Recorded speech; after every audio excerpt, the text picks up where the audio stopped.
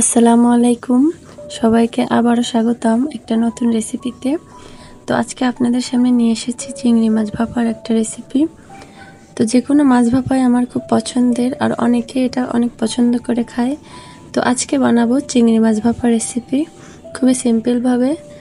যখন হাতে সময় কম থাকে এভাবে মাছ ভাপা করলে অনায়াসে কিন্তু প্লেটের ভাত শেষ হয়ে যাবে এবং খুব মজা করে সবাই খাবে। তো কিভাবে এটা বানায় চলুন দেখে নিই। এখানে প্রথমে চিংড়ি মাছ কেটে ধুয়ে পরিষ্কার করে কিছু মাছ খোসা রেখেছি, কিছু মাছ খোসা ছাড়িয়ে নিয়েছি। তো এখন যে বাটিতে মাছ ভাপা করব সেই বাটিতে মাছগুলো আমি নিয়ে নেব। তো এর মধ্যে মশলা দিয়ে নেব। আমি এখানে জিরা বাটা নিয়েছি 1 চামচ, আর শুকনো মরিচ বাটা নিয়েছি 1 চামচ, রসুন হাফ চামচের মতো লাগবে, অল্প একটু একটু করে এই হাফ চামচ দিয়ে নিলাম। আর এর মধ্যে অল্প একটু গরম মশলা বাটা, এটা জাস্ট ফ্লেভারের জন্য। আর লবণও এখানে আমি হাফ চামচ দিয়ে নিলাম স্বাদ মতন। আর হলুদ আমি এখানে হাফ চামচ নিয়েছি। তো এখন এটা মাছের সঙ্গে সুন্দর মতো মেশাতে হবে। তো জিরা আমি আবার 1 চামচ দিলাম, আমার কাছে মনে হচ্ছে আরও একটু জিরা বাটা এখানে লাগবে। তো এখন মাছের সঙ্গে সুন্দর মতো মাখিয়ে নেব। এ পর্যায়ে তেল দিয়ে নেব। তেলটা কিন্তু এই মাছে একটু বেশি লাগে।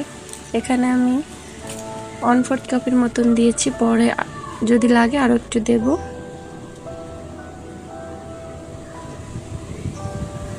তো এখন এর মধ্যে কাঁচামরিচ দিয়ে নেব, যদি কারো লাগে কাঁচামরিচ নিয়ে খেতে পারবে। আর একটা সুঘ্রাণ আসে এই কাঁচামরিচ দেওয়ার জন্য।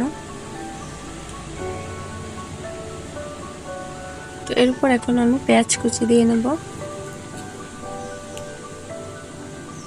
কাঁচামরিচ এবং পেঁয়াজ কুচি একদমই শেষে দিলে হয় কি, মশলাটা এবং লবণ হলুদ মাছের ভেতরে সুন্দর মতো যায় এবং মাছটায় স্বাদ ভালো আসে।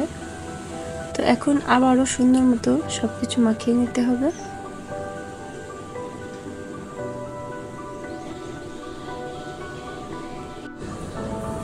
তো এভাবে আরও কিছুক্ষণ মাখিয়ে নিয়ে তারপর যে কোনো ভাতের ভেতরে দেওয়া যায় ভাতটা হওয়ার আগে।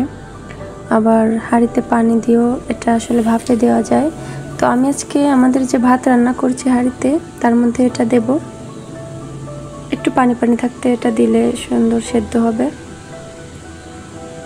তো আমি আরও আধা ঘন্টা পর আপনাদের এই বাটির মুখ খুলে দেখাবো। এই যে নামিয়ে নেওয়ার পর একটু হালকা ঠান্ডা হওয়ার পর দেখাচ্ছি। তারপরে গরম আছে এখনো।